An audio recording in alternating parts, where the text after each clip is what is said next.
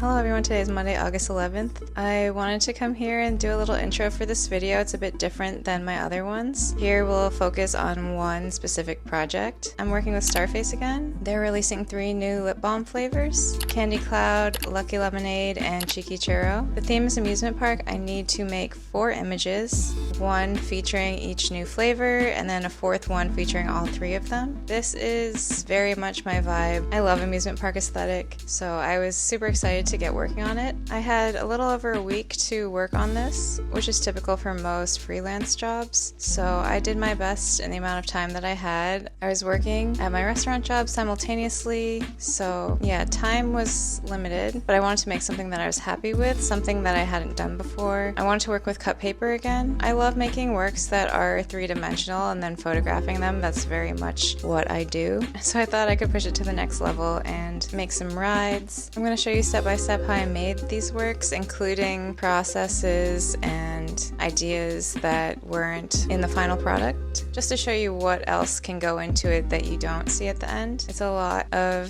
voiceover, but I hope you enjoy, and I'll check in with you at the end. I can share the project I'm working on with you guys.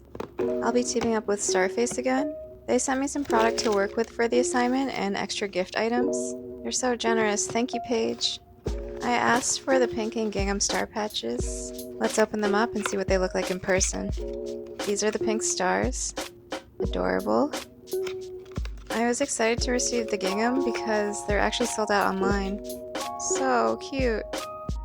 She sent me the vanilla star bomb because I told her I used mine up. I really do love this formula. These are the 3 new flavors I'll be working with: Candy Cloud, Lucky Lemonade, and Cheeky Churro. The theme of the project is amusement park. I need to have 4 images in total, one featuring each individually and one of all 3, in a 4:5 aspect ratio. Opening them up allows me to start thinking of how I want to approach this, since the actual balm will be featured in the image. The colors also jumpstart my creative thinking. First up, Candy Cloud. This one is cotton candy flavored, a grayish baby blue and pinkish fuchsia. I like seeing the actual color of the product to get the full experience. This one will probably be my favorite. Next is Cheeky Churro. It has a lilac and brown colorway. This one smells like cinnamon and it's reminding me of fall. And lastly, Lucky Lemonade. Yellow and sky blue. The scent is actually making my mouth water. The first thing I need to do is photograph the product. I do this in my lightbox. Both the lightbox and this camera I bought when I was first starting graphics back in 2017. The camera I got on eBay and the lightbox is from B&H.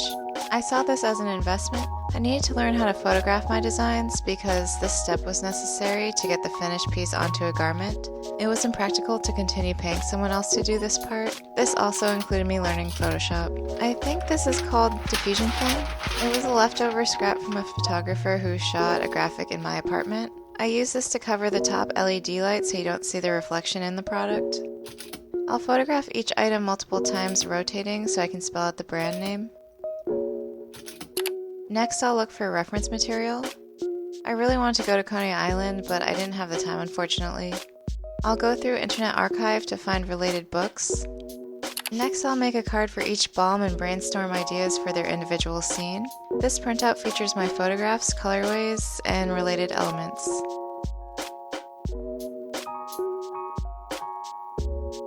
I want to use cut paper for this project, so I'll need to make silhouettes for each scene.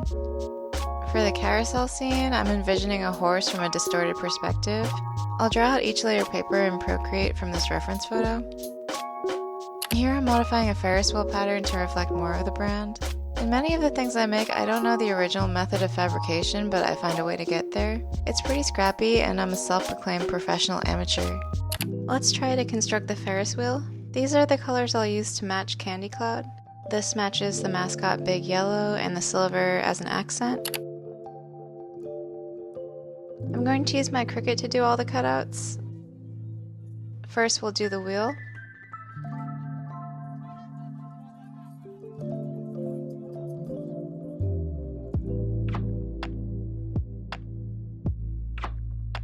It looks good. Let's cross that off the list. I'm going to go in color order. We'll do all the pink shapes next. I'm going to save these stars to use later on.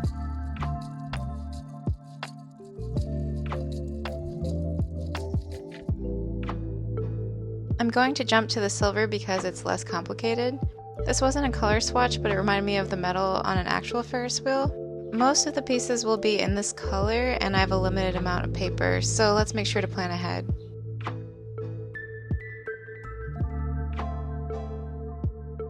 Great, now we have all the pieces, it's time to assemble. I had these lollipop sticks from years ago for a graphic. They're slightly too thick for the hole, so I'll have to take my time pushing them through. There were supposed to be holes at these endpoints, but I forgot to include it in the design. The only hole punch I have is coincidentally in the shape of a star. I'll glue the accent stars to the wheel.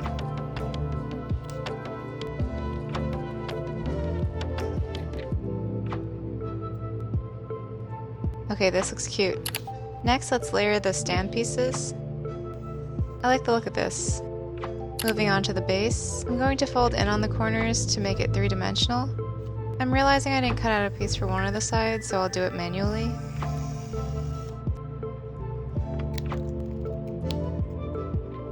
Applying one side of the frame to the base. I saved the swing assembly for last because I knew it would be the most complicated since there are 6 pieces total. Let's do the pink layering first.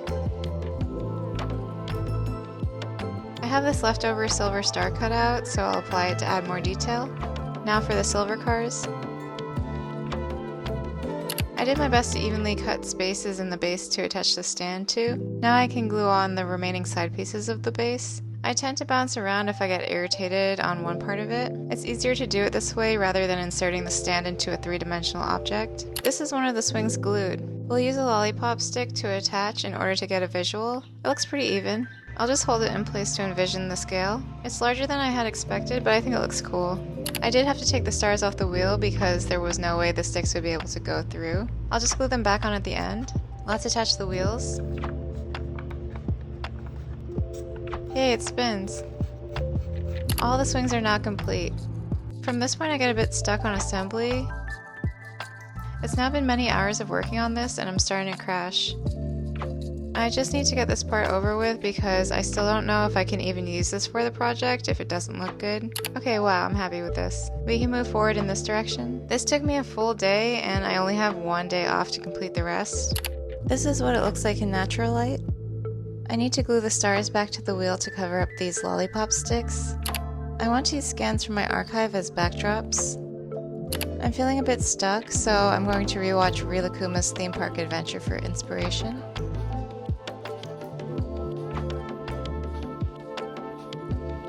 Today I need to work on a scene for Lucky Lemonade and Cheeky Churro as well as the group shot. Again, I'm modifying a silhouette. I'm making this roller coaster a bit simpler by thickening the primary lines and making sure that they're attached to the rest of the structure so that I'll be able to go through my Cricut. When constructing a stencil, it's preferable to have no unconnected parts. Now I need to figure out the roller coaster car so that Lucky Lemonade can ride. I need to separate each color on a different layer. I'm doing all of this in Procreate. Now that I have my stencils made, I can run them through my Cricut. This is definitely one of, if not the most complicated cutouts I've ever cut. As an analog girly, I used to do this all the time by hand using an X-Acto. The amount of time the Cricut saves is actually incredible. Here I am scraping off the scraps of the negative space. I think the pink will clash with the cars, so I'll recut it on some bluish gray paper, giving an almost metallic feel. Now let's cut out the cars. This contains 6 different layers. Time to put it all together.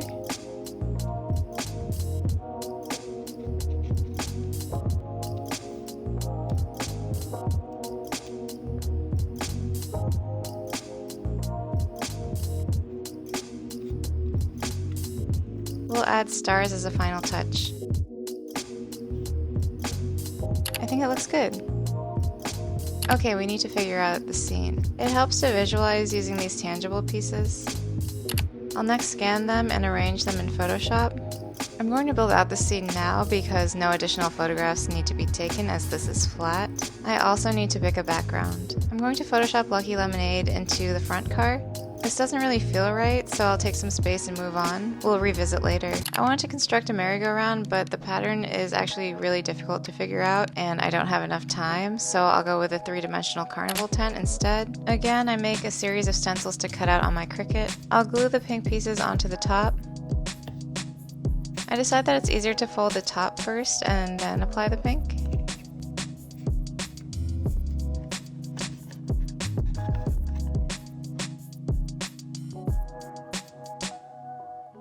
After the pieces are attached, I'll glue the ends together to form a cone. This is the roof of the tent. I'll fold the end pieces down for dimension. Now to make the base. I don't have lines to indicate where the pink will be glued, so I'm going to freestyle. Next, I'll glue the ends together to close it off. I cut tabs on the bottom to help form a circle. This helps when curving paper.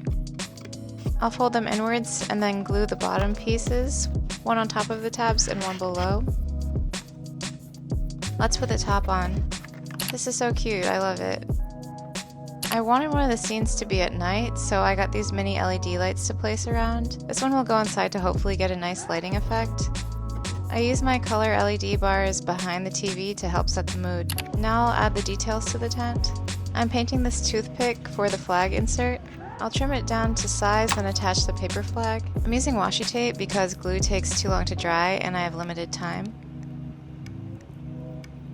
I added some star scraps to the scalloped edges and insert the flag through the top. I felt like I needed to make some accent pieces, so I made some stencils to cut out. I made the Starface sign to look like it belongs in an amusement park. I'm going to lay this piece down as a guide so I can glue the letters evenly.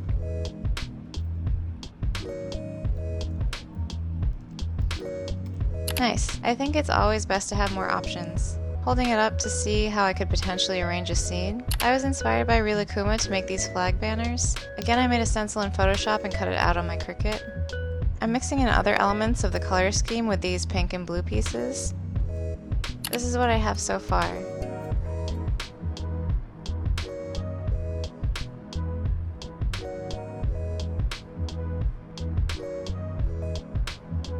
I didn't film the work I did Sunday night before I sent it because I was nervous I wouldn't get it done in time. I had worked an 8-hour shift and I wasn't making much progress. By 10:30 I decided to construct one more piece that could house all 3 of the bombs, and I'm so glad that I did. The image actually ended up being my favorite of the bunch.